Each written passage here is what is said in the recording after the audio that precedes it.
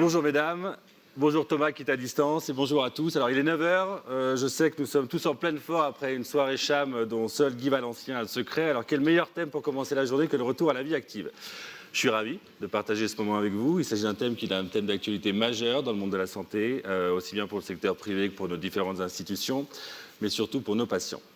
Alors, afin d'être sûr qu'on soit tous bien réveillés, avant de rentrer dans le vif du sujet et de nos échanges, je voudrais vous poser une question et je vous demander de répondre de façon très rapide, en moins de 2 minutes. Et je voudrais commencer par vous, Anne-Sophie. Quand on parle de vie active, on peut entendre une vie active, c'est-à-dire une vie riche en émotions, en partage, en rencontres à Chamonix, mais aussi la vie active, qu'on est souvent synonyme d'insertion et d'évolution dans la vie professionnelle. Question un peu philosophique, je vous l'accorde, vous n'avez pas 2 heures comme au bac, mais quelques minutes. Qu'est-ce que la vie active vous évoque ? Je dirais 2 mots. D'abord, bonjour à toutes et à tous. Merci à Guy Valencien pour son invitation. Je suis ravie que le sujet de la vie active et de la vie professionnelle s'invite de plus en plus dans les congrès de santé. Vie active, arrêt de travail, je crois que tout est dit. On a 2 mondes, celui de la santé et celui de l'emploi qui s'ignorent, avec des conséquences qui sont délétères, à la fois pour les patients qui perdent leur job, qui perdent des revenus, pour les employeurs, qui perdent des talents, qui ont des conséquences de désorganisation majeure et un coût de l'absentéisme qui va galopant.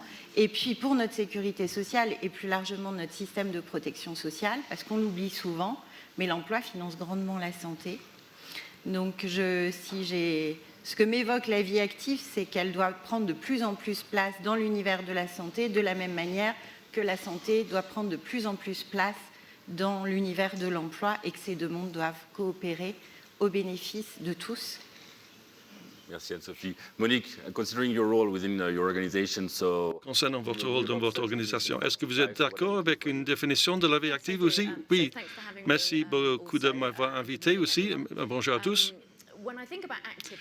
Lorsque je pense à la vie active, je pense qu'à cause de la COVID, la distinction entre ce qui est le travail et ce qui est la vie est beaucoup plus floue. Et donc, pour trouver un moyen pour tout le monde puisse se développer et puisse profiter de la vie, c'est très important. Pour que ce soit à cause d'un problème de santé ou c'est parce qu'ils subissent des pressions à cause d'autres engagements en dehors du travail. Tous ces aspects sont très importants pour nous. Chez Nordisk, nous voulons obtenir le meilleur de nos personnes et nous essayons donc de mieux comprendre comment faire cet équilibre entre la vie professionnelle et la vie en dehors du travail. Thomas. Bonjour Thomas. Quels sont les éléments fondateurs pour vous en guise d'introduction d'une définition de la vie active ? Écoutez, très rapidement, vous avez déjà commencé à les aborder. On a tous en tête que derrière vie active, on met le travail comme facteur d'épanouissement, d'accomplissement personnel, et puis surtout aussi peut-être comme l'intégration dans un collectif, ces interactions humaines. Je suis allé même regarder la définition de l'OMS qui nous explique un peu ça. Et si on va un peu plus loin, on voit bien que derrière ça, il y a tous les sujets autour de l'équilibre entre le travail et la santé, la prévention du burn-out. Il y a toute la place du sport dans la santé. Donc cette vie active qui fait une vie forte en santé, mais qui aussi nous pose un certain nombre de défis. Et on les a déjà croisés, l'intégration des personnes malades dans le monde du travail, la prévention de ce qu'on appelle la désinsertion professionnelle, je pense qu'on l'abordera dans notre débat, la gestion dynamique des arrêts de travail, je suis sûr aussi qu'on en parlera, donc c'est tout ça. Et comme ça a été dit tout à l'heure, il est certain que pour l'assurance maladie, avoir évidemment des salariés, des travailleurs indépendants en bonne santé, c'est d'abord important pour leur santé, et puis quelque part c'est important pour notre soutenabilité à long terme. Merci Thomas. On va revenir en effet sur les points des insertions professionnelles et évidemment l'arrêt de travail avec vous. Je vous remercie. Alizé, vous êtes championne du monde de karaté. Vous avez vu, je me tiens un carreau. Hein. Oserais-je vous demander quels sont les composants de votre vie active ? Oui, bonjour à tous. Écoutez, pour moi, la vie active, c'est le reflet de notre personnalité, de notre vie professionnelle, de notre vie personnelle. De ce qu'on est en tant qu'individu, ça va au-delà d'une vie active que je qualifierais d'une vie à 100 à l'heure, d'une vie bien occupée. C'est vraiment le reflet de ce qu'on est en tant qu'individu par nos actes, par les décisions qu'on prend. Et c'est un équilibre à trouver entre vie personnelle, vie professionnelle. Et je pense que si cet équilibre est un peu biaisé, tout peut vite s'effondrer, donc d'où l'importance de la vie active et du monde professionnel. Bon, merci à tous pour cette introduction. On va rentrer dans le vif du sujet. Je vais commencer par vous, Anne-Sophie. Vous avez été atteinte d'un cancer à l'âge de 30 ans, maman de 3 enfants. Je vous sais convaincu, on a discuté déjà de la puissance de l'intégration dans le monde du travail.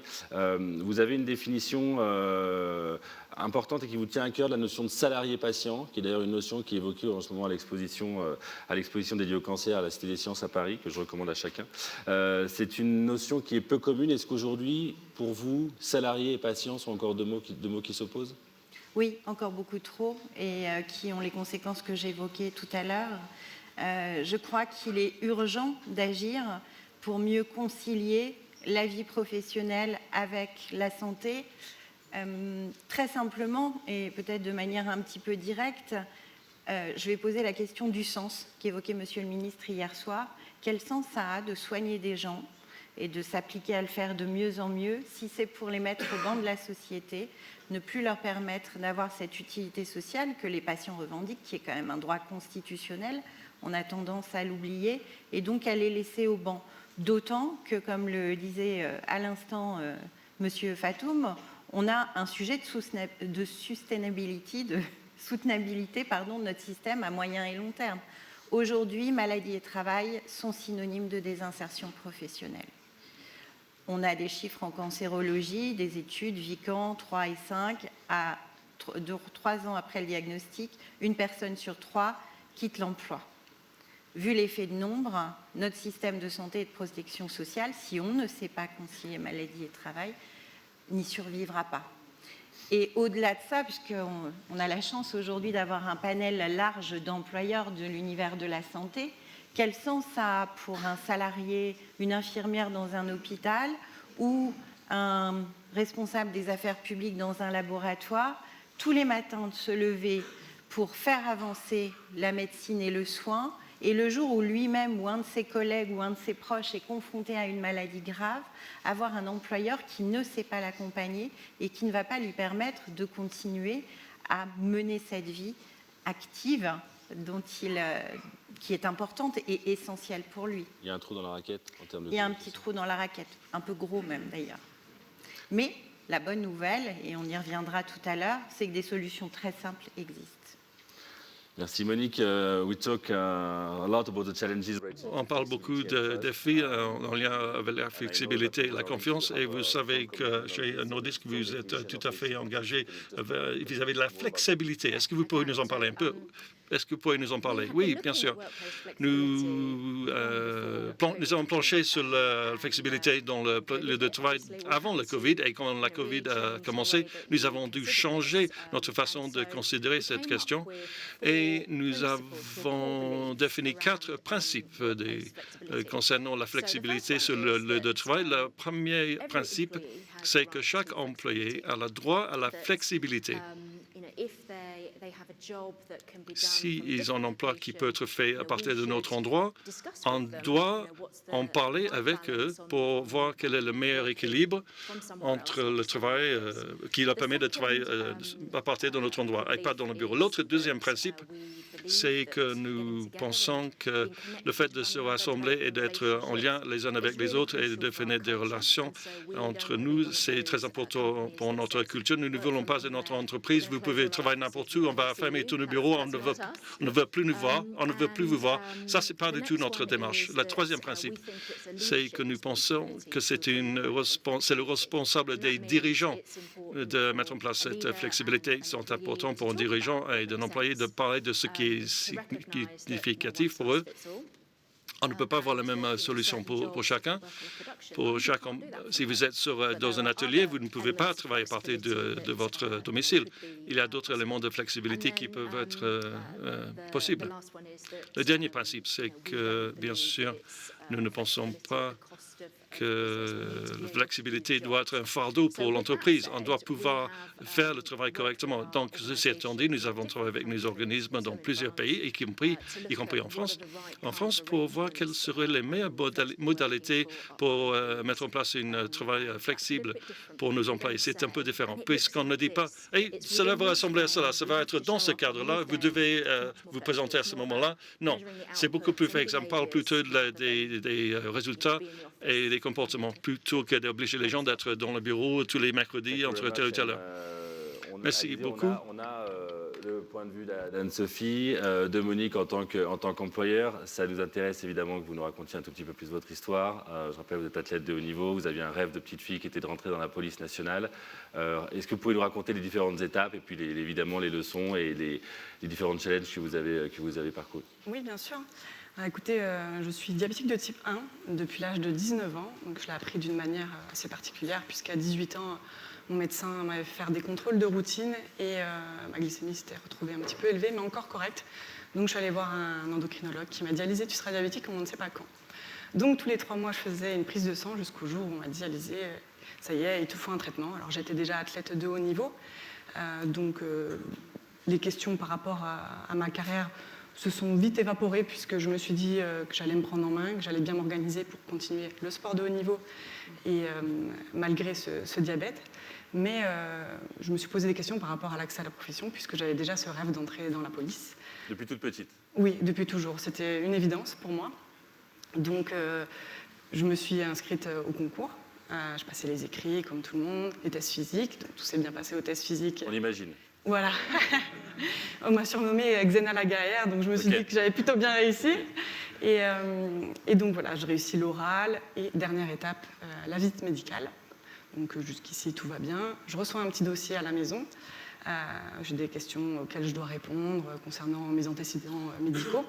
Puis vient une question, êtes-vous diabétique? Oui, non.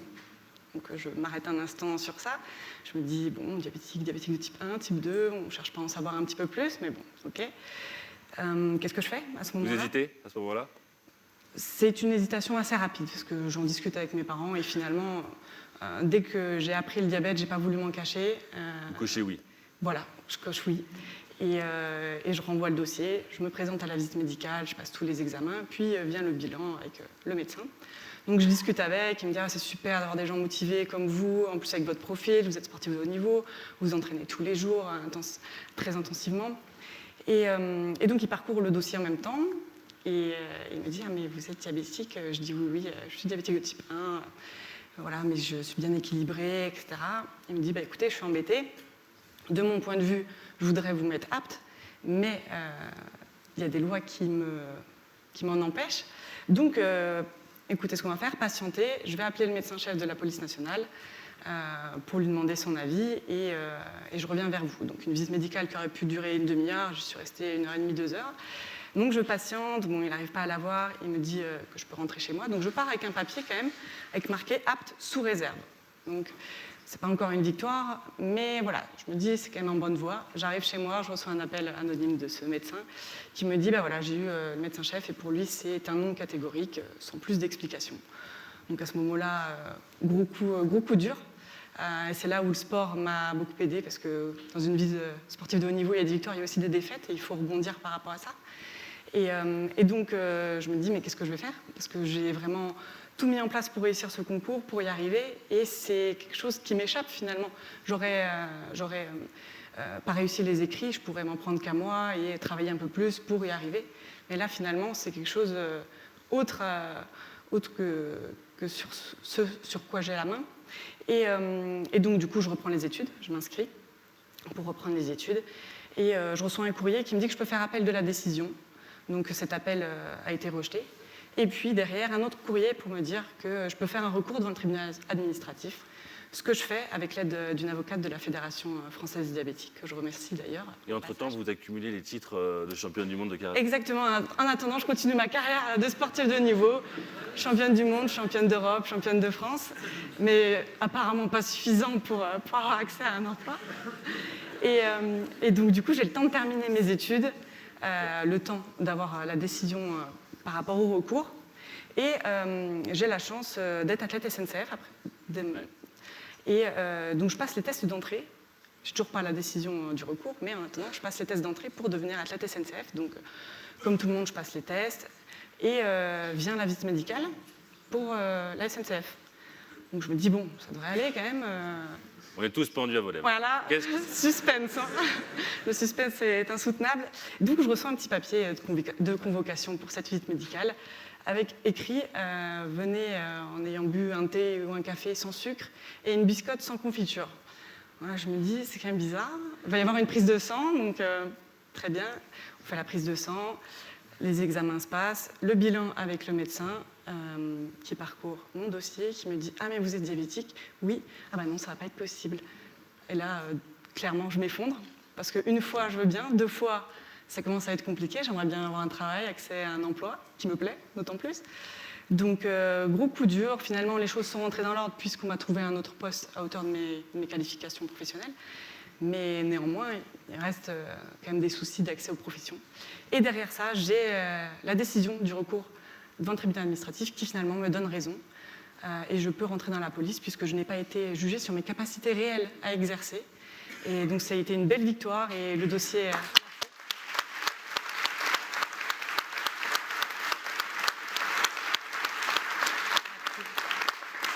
Et c'est une belle victoire puisque le dossier peut faire jurisprudence pour la suite. Génial. Et le combat n'est pas terminé. Je ne vais pas m'étaler encore plus, mais le combat n'est pas terminé puisque voilà, il y a une proposition de loi qui a été votée pour justement permettre l'accès aux professions personnes atteintes de maladies chroniques. Donc il y a encore beaucoup de travail, mais on commence à en voir la lumière au bout du tunnel.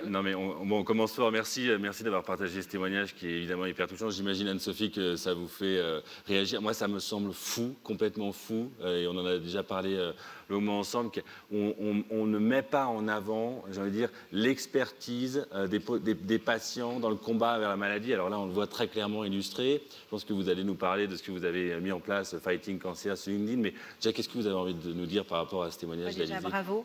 Alizée, je trouve que vous illustrez magnifiquement tout ce que les personnes malades sont capables de réaliser, de faire, toutes les compétences et les qualités qu'elles peuvent aussi gagner d'ailleurs dans l'expérience de vie de la maladie, puisque vous avez développé dans cette douloureuse expérience de vie finalement plein de compétences, y compris sur des sujets qui peut-être vous étaient un peu éloignés, je pense au juridique par exemple, etc. Donc je crois qu'on doit de plus en plus s'appliquer à considérer ça, non pas uniquement les difficultés et les coûts, le cas échéant, mais à regarder ensemble comment on peut valoriser l'expérience de vie de la maladie, des personnes malades, mais pour elles-mêmes, pour leurs compétences professionnelles et leurs projets professionnels, mais aussi pour les entreprises et les employeurs.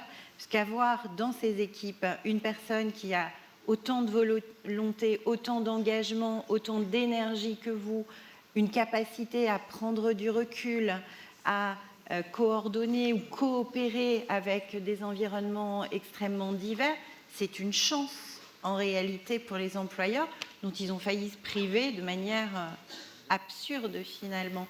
Et je rejoins aussi ce que disait Monique tout à l'heure, c'est assez simple en soi.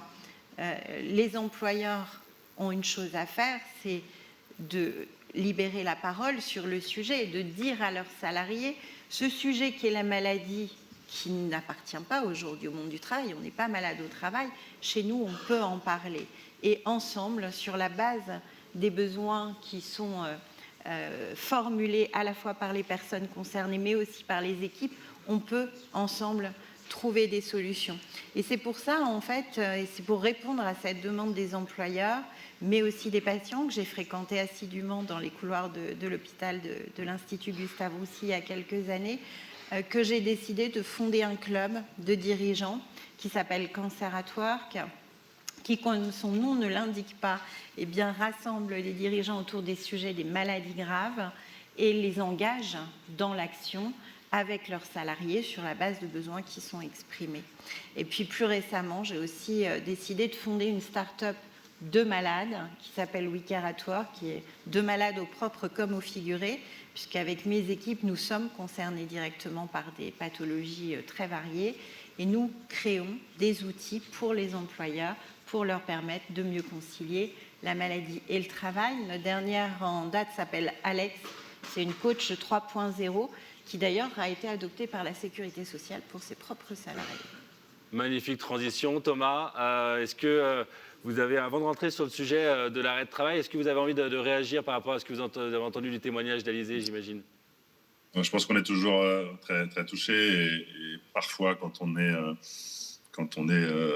en responsabilité de service public, je vous avoue qu'on n'adore pas ce genre d'histoire parce qu'on se dit que c'est dommage de devoir en arriver au tribunal administratif pour régler un sujet qui aurait dû l'être évidemment plus tôt. Et ça me fait aussi penser à un autre combat qu'on a été un certain nombre à mener depuis plusieurs années sur l'accès à l'emprunt, à l'emprunt bancaire pour les personnes qui ont des pathologies chroniques, la convention AERAS, le droit à l'oubli. Voilà, j'ai eu la fierté avec Agnès Buzyn, avec d'autres directeurs du ministère de la Santé de porter ça. Ça a beaucoup évolué et c'était aussi un élément qui très important pour les malades de pouvoir quelque part mener une vie active. Si vous ne pouvez pas emprunter, c'est quand même nettement plus compliqué et ça a fait beaucoup de progrès ces dernières années. Donc en écoutant l'histoire d'Alizée et l'investissement d'Anne-Sophie, je me suis dit mais finalement il y a ça aussi qui a pour le coup aussi progressé. Donc on avance, on progresse et les choses bougent. Bon, merci. Sans transition, si vous êtes d'accord, je vais mettre les pieds dans le plat et parler d'un sujet d'actualité et parfois tabou qui est celui de l'arrêt de travail. Aujourd'hui, quand on regarde les chiffres, 25% des salariés souffrant de maladies chroniques, une personne sur trois quitte son emploi après l'annonce d'un diagnostic d'une maladie chronique. Comment est-ce qu'on gère l'arrêt de travail? Est-ce que l'arrêt de travail aujourd'hui est la bonne solution dans tous les cas? Est-ce qu'il est utilisé à bon escient? C'est un sujet, on le sait, d'actualité, sujet à réforme, etc. Quel est votre point de vue, si vous pouvez le partager? On est entre nous ce matin. Je peux tout vous dire alors. Non, plus sérieusement, d'abord, pas inutile de se dire que l'arrêt de travail, c'est fondateur de la sécurité sociale, de l'assurance maladie. Quand l'assurance maladie est créée en 1945, c'est d'abord pour fournir au travailleur qui ne peut pas aller bosser dans l'usine, qui ne peut pas aller au champ, un revenu de substitution parce qu'il est malade et qu'il est empêché de travailler. Donc on l'oublie un peu souvent, mais pour nous, c'est une mission absolument fondamentale que de permettre de fournir ce revenu de substitution quand une personne est empêchée de travailler. Après, revenons au basique, un arrêt de travail, c'est appuyer sur un état médicalement ne permettant pas de bosser. Donc d'abord, c'est le boulot des médecins, des prescripteurs, de vérifier que cet état de santé ne permet pas de travailler. C'est la raison pour laquelle il nous a semblé que dans des conditions telles que ne pas le permettre la téléconsultation, c'était des choses qu'il fallait réguler pour faire écho à l'actualité que vous évoquiez. Mais plus sérieusement, surtout, une de nos missions, on l'oublie, j'y reviendrai, il n'y a pas que le contrôle du côté de l'assurance maladie, il y a aussi l'accompagnement, et notamment l'accompagnement des médecins et des prescripteurs. Et je voulais partager avec vous ce matin une initiative que nous venons de lancer un peu avant l'été, de leur proposer ce qu'on a un MOOC, c'est-à-dire une forme de cours en ligne, mais pas un cours pédago descendant. C'est un vrai MOOC construit avec le Collège de médecine générale pour accompagner les médecins dans la prescription d'arrêt de travail, comment on dialogue avec le patient, c'est quoi les référentiels, comment on aborde les sujets de burn-out, de santé mentale. On a aujourd'hui déjà 2000 médecins, un peu moins de 2000 médecins qui se sont inscrits, c'est pas beaucoup, mais on vient de démarrer, donc on espère, et j'en fais un peu la publicité aujourd'hui, donc, et leur proposer toute une série de films, de petits supports, et leur expliquer par exemple ce que c'est que le mi-temps thérapeutique. Beaucoup de médecins, éventuellement, ne savent pas, ou alors connaissent, mais se disent, et ils n'ont pas tort, ça va être compliqué administrativement, comment je fais avec l'entreprise, le médecin du travail, etc., etc. Donc cette démarche d'accompagnement, elle est fondamentale, et nous, on veut la poursuivre.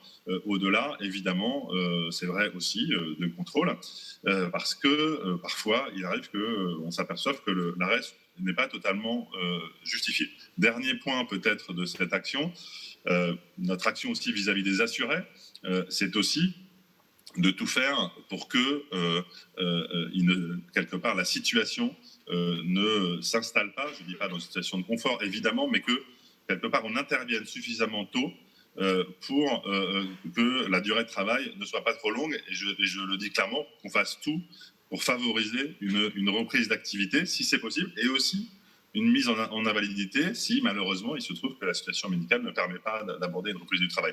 Et ça, c'est vraiment tout le rôle de l'assurance maladie. On oublie aussi que l'assurance maladie, c'est c'est les assistantes sociales, c'est un service social, et qui est aussi là pour faire le lien, on parlera PDP, prévention de la désinsertion professionnelle tout à l'heure, et bien de faire ce rôle d'accompagnement, d'interface avec le monde du travail. Donc, accompagnement, contrôle, information, sensibilisation, toutes ces politiques-là, l'assurance maladie essaye de les mener dans la gestion d'arrêt de travail. Mais c'est vrai qu'il concerne quelques chiffres, 13 millions d'arrêts de travail en 2021, 5 millions de personnes ont bénéficié d'un arrêt de travail en 2021. C'est évidemment des chiffres qui sont considérables, évidemment malheureusement marqués par le Covid, et je salue, mais je ne suis pas sûr qu'il nous entende, Stéphane Juni, qui n'a pas pu être avec nous pour cette raison, mais voilà, c'est aussi un sujet, entre guillemets, évidemment, de masse. Anne-Sophie, il y a un enjeu de communication qui est très fort. Il y a un enjeu de communication tant au niveau des médecins qui doivent de plus en plus, je sais qu'on demande beaucoup à tout le monde, mais prendre en compte la vie professionnelle des patients et aborder le sujet le plus tôt possible près de l'annonce, parce que c'est une chance finalement offerte aux patients d'ouvrir le dialogue avec leur employeur et donc d'adapter en fait les conditions de travail pour aller vers la flexibilité qu'évoquait Monique tout à l'heure. Et de la même manière, en fait, dans les entreprises, y compris en santé, et peut-être d'abord en santé, je pense qu'elles ont un rôle d'exemplarité à jouer, et bien ouvrir le dialogue, communiquer, anticiper, sont deux clés simples finalement. Et on voit que le temps d'action il est très court, parce que tout se joue dans les 3 premiers jours, en règle générale, après l'annonce d'un diagnostic, etc. On sent quand même les entreprises et les patients complètement démunis. Monique, je voudrais revenir vers vous. With your global vision and your reach to develop, avec votre vision et votre idée de développer le risque, votre culture, comment vous voyez la mise en œuvre française de ce que vous essayez de faire? Nous savons que l'écosystème français était un peu compliqué. Comment est-ce que vous voyez la mise en œuvre française de ce qu'on voit actuellement? Chez Nordisk, on essaie de parler de ce concept d'être une entreprise durable et un employeur durable. Nous avons 3 piliers pour être inclusive et diversifiée, d'un incubateur de talents et un autre employeur apte pour l'avenir. Et plusieurs des éléments dont vous venez de parler concernant comment réagir à ces crises que les gens doivent traverser pendant leur vie. Est-ce que vous allez empirer la situation ou est-ce que vous allez essayer de jouer le rôle pour aider les gens à traverser cette période? Cela correspond vraiment à l'idée d'être un employeur apte pour l'avenir. À Nordisk en France, chez Nordisk en France, nous sommes en train de travailler sur ces sujets-là. C'est quelque chose qui était déjà à l'ordre du jour avant la COVID. Par exemple, comment se mettre en lien avec les employés, comment comprendre ce qui est important pour eux. Tout à l'heure, on parlait du fait que si vous êtes malade, dans le passé, c'est impossible d'obtenir un crédit, par exemple. Nous avons toute une gamme de possibilités pour nos employés. Vous avez d'autres possibilités en concernant les soins de santé, les pensions de retraite, l'assurance vie, plusieurs éléments où nous écoutons les employés. Et nous essayons de voir ce qui est important pour eux. S'ils ne peuvent pas obtenir ces éléments sur le marché ouvert, nous dépensons plus d'argent en tant qu'entreprise pour faire en sorte que nos employés puissent obtenir les choses dont ils ont besoin. Il y a beaucoup d'autres choses que nous faisons actuellement. L'idée de l'inclusion est extrêmement importante. Certaines entreprises pensent que la diversité et l'inclusion, c'est combien de femmes et combien d'hommes ils ont pas. C'est vrai que c'est ça, mais c'est aussi garantir que tout le monde puisse avoir la possibilité de participer et de donner leur contribution. À un certain moment de la vie, on peut contribuer plus ou moins en ce qui se passe par ailleurs dans nos vies. Donc, nous avons ce contrat social avec nos employés pour comprendre quelle est la meilleure façon de permettre d'obtenir cette contribution de tout le monde. Nous sommes une entreprise, nous sommes scandinaves par origine, et donc nos statuts sont basés sur 3 choses. C'est le côté financier, les actionnaires et la société et le patient. Mais on ne doit pas penser qu'un coût est plus important qu'un autre coût. Tout doit être harmonisé et c'est ce que nous essayons de faire. Ce n'est pas toujours parfait, mais je pense que nous avons Nous avons ce but. Nous avons une culture de consensus. Nous parlons de choses difficiles. Nous écoutons les employés. Nous essayons de réagir pour voir ce qu'on pourrait faire pour plus se rapprocher des employés et pour se rencontrer au milieu. Vous parlez d'inclusion, d'harmonie entre employeurs, salariés, motivés comme vous pour une entreprise. Qu'est-ce que vous auriez envie de dire? Quels sont les petits tips, les idées qu'on pourrait mettre en place rapidement pour faire que ce parcours du combattant il devienne plus fluide? C'est vrai que pour moi, l'inclusion est essentielle pour une personne atteinte de maladies chroniques, pour qu'elle puisse s'épanouir sur le plan personnel et professionnel. Comme je le disais tout à l'heure, c'est un équilibre à avoir. Et c'est vrai que de mon côté, j'aurais aimé qu'on m'en demande plus sur ma maladie. Parce que c'est vrai qu'on prenne plus de temps. Oui, pour considérer la personne, pour savoir si mes résultats sont bons, peut-être ou pas. Puisque voilà, quand on est diabétique, on est seul face à son traitement. Je prends des décisions chaque jour concernant ma vie. Et finalement, qu'on s'intéresse à tout ça, qu'on s'intéresse aux résultats et qu'on se rende compte de cette force de caractère qu'ont les personnes atteintes de maladies chroniques, puisque je vais parler du diabète, c'est tous les jours, 24 heures sur 24, il n'y a pas de pause. Et il faut une force mentale quand même pour se lever tous les jours et se dire, oui, voilà, je vais prendre soin de moi.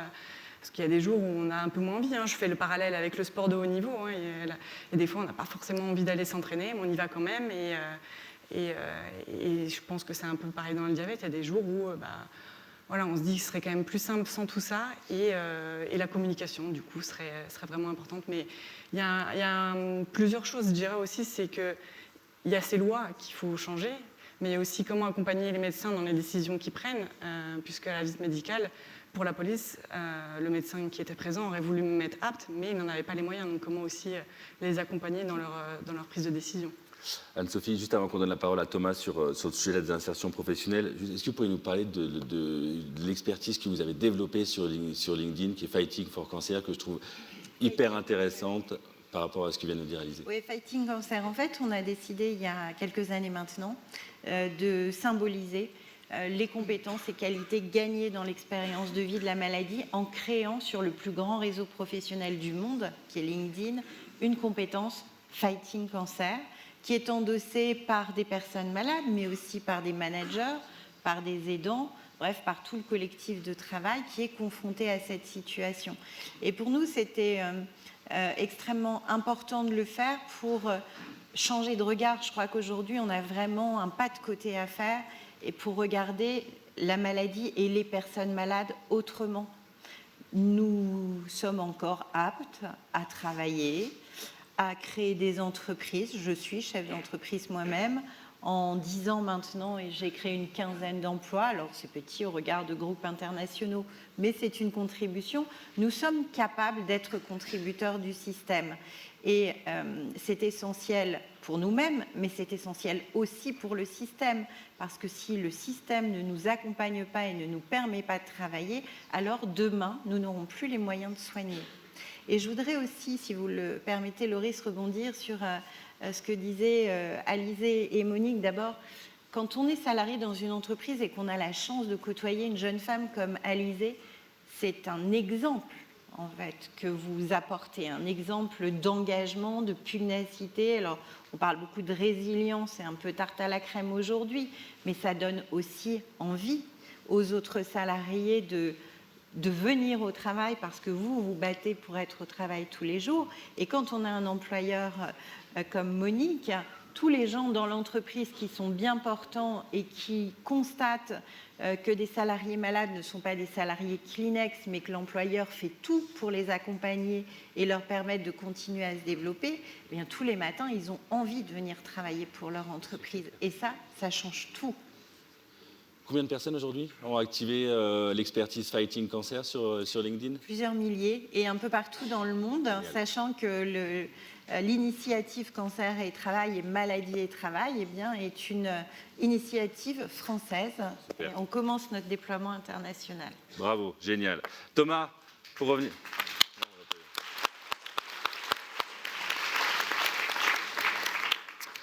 Thomas, la CNAM a des engagements, et je sais que c'est un sujet qui vous tient à cœur, a des engagements extrêmement forts pour prévenir la désinsertion professionnelle, avec des mises en place de solutions de coaching. Vous avez commencé à nous en parler, également en créant un lien qui est extrêmement fort avec les entreprises, qu'on sent aussi démunies sur ces sujets-là.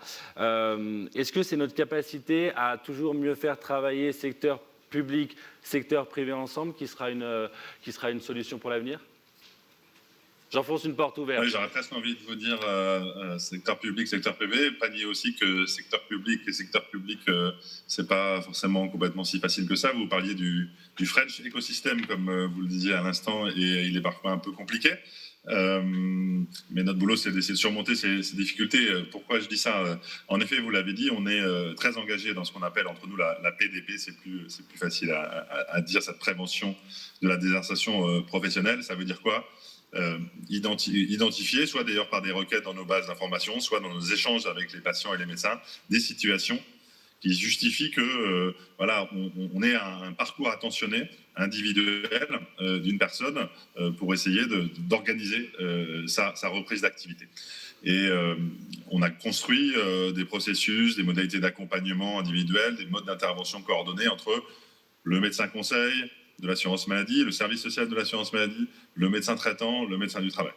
Et des plateformes qu'on essaye d'intégrer, et sans rentrer trop dans les détails techniques, depuis la loi de l'année dernière sur la santé au travail, on essaye de renforcer nos liens avec les services de santé au travail, qui ont une responsabilité accrue. Et là, c'est vrai que le secteur privé, quelque part, il a aussi une responsabilité qui est que ces services de santé au travail soient opérationnels autour de ces sujets-là. Après, donc voilà, ça se déploie, ça se développe. J'avais presque envie de vous dire, sur le papier, ça marche. Sur des exemples, ça marche. Et un peu plus que des exemples, sur des milliers de cas, ça marche. Après, ce qui est l'enjeu, ce qui est compliqué, mais c'est notre mission de service public, c'est de passer à l'échelle. C'est-à-dire de comment on arrive à le faire de façon un peu plus systématique, qui fait que toute situation d'une personne qui est en arrêt de travail depuis 6 mois, 1 an, 18 mois, dont on sent qu'on peut favoriser sa reprise au travail dès lors qu'on va lui proposer l'accompagnement qui va bien, on arrive à déclencher toutes les aides qui se font. Mais la réalité, c'est que c'est objectivement compliqué parce que les cultures sont différentes. Culture médecin traitant, médecin du travail, médecin conseil, ça a l'air de rien, mais c'est pas si facile que ça de faire se parler tout ce monde-là. Culture du monde public de l'emploi et du travail, culture du monde public de la santé, c'est des mondes qui se rapprochent, ça bouge beaucoup, ça parle beaucoup, on a beaucoup d'échanges et une volonté commune, mais les habitudes n'existent pas forcément. Et puis c'est vrai qu'ensuite, les sujets ne sont pas si faciles sur aussi veiller au secret médical, au consentement du patient, au rôle respectif de l'employeur, du médecin du travail, du salarié. Donc voilà, c'est un gros défi pour nous. On va continuer à s'investir là-dedans parce que je crois que ça a été dit tout à l'heure par Monique, c'est vraiment un sujet majeur d'abord pour la santé des assurés, et c'est ce pourquoi on travaille fondamentalement à l'assurance maladie. On parle de reprise du travail et c'est le thème de la table ronde. Est-ce qu'on pourrait imaginer demain aller un cran plus loin dans l'anticipation et que l'entreprise ait un vrai rôle à porter, à jouer en termes de prévention même du vieillissement ? On sait qu'aujourd'hui, il y a des enjeux très forts dans toutes les industries qui sont représentées ici, de talent acquisition, rétention des talents. On sait que c'est des sujets qui sont aujourd'hui très importants pour la nouvelle génération. Est-ce que l'entreprise, demain, doit s'engager plus fort sur la prévention, vieillissement, mettre l'enjeu de santé au centre des préoccupations, pas uniquement sur la partie patient, retour dans l'entreprise et retour à la vie active, mais aussi en amont. Je crois que les entreprises, entre guillemets, ne nous ont pas attendus, heureusement, et Monique l'a un peu évoqué, et pour mesurer à quel point leur capital humain, l'investissement dans la prévention. Nous, ce qu'on souhaite, côté assurance maladie, c'est d'essayer de les accompagner. Je prends un seul exemple. On gère aussi les accidents du travail et les maladies professionnelles. Derrière, il peut y avoir bien sûr des sujets de burn-out, de risques psychosociaux. On est en train d'essayer de déployer ce qu'on appelle les premiers secours en santé mentale. On l'a fait avec les jeunes dans l'université. C'est un truc qui vient d'Australie, qui marche très bien. Vous voyez ce que c'est que les premiers secours. Former des gens au premier secours en santé mentale. Comment ils peuvent repérer qu'ils ont dans leur environnement des gens qui sont en train de basculer, sont fragiles. Dans le monde de l'entreprise, on pense que nos préventeurs, on peut accompagner les entreprises à former des gens dans l'entreprise pour essayer d'être ces secouristes en santé mentale. Voilà un exemple. Et alors si Stéphane Junique était là, je pense qu'il le dirait, on sait aussi qu'avec les complémentaires santé, on a un défi là-dessus de mieux travailler ensemble, parce que beaucoup de complémentaires santé, évidemment, elles passent par l'entreprise et elles sont, de ce point de vue-là, d'ailleurs, plus agiles que nous, elles ont des contacts plus faciles. Comment on peut définir ensemble des actions communes sur ces sujets-là? C'est des choses qu'on veut aussi travailler, parce que tous les gens qui ont des contacts avec l'entreprise, ils peuvent favoriser aussi cette, je ne sais pas si on peut dire cette prise de conscience, mais en tout cas la mobilisation des leviers qui vont bien. Merci Thomas. Monique, il nous reste 4 minutes. Alors une dernière question. Est-ce qu'un acteur, does an actor like you, who has strong commitment... Un acteur comme vous qui est très engagé en faveur des diabétiques, etc. Est-ce que vous pouvez nous en parler un peu plus des solutions concrètes pour les aider au-delà de leur traitement et parler du parcours du patient pour un retour vers la vie active? Nordisk, bien sûr, est engagé en faveur de la prévention. Par exemple, en France, à Strasbourg, nous avons mis en place un projet en partenariat avec le secteur public et privé, avec l'hôpital CHU, avec le maire de Strasbourg, pour aider les enfants obèses et également des patients vulnérables avec le diabète type 2. En Strasbourg, nous avons aidé 1200 patients diabétiques à travers l'éducation, le régime alimentaire, l'exercice physique, les cours de cuisine, le fait du jardinage pour obtenir des légumes, aider les gens à réfléchir à ce qu'ils peuvent faire pour s'aider eux-mêmes. Et pour revenir à ce que disait Thomas tout à l'heure, qu'est-ce que l'employeur peut faire de plus?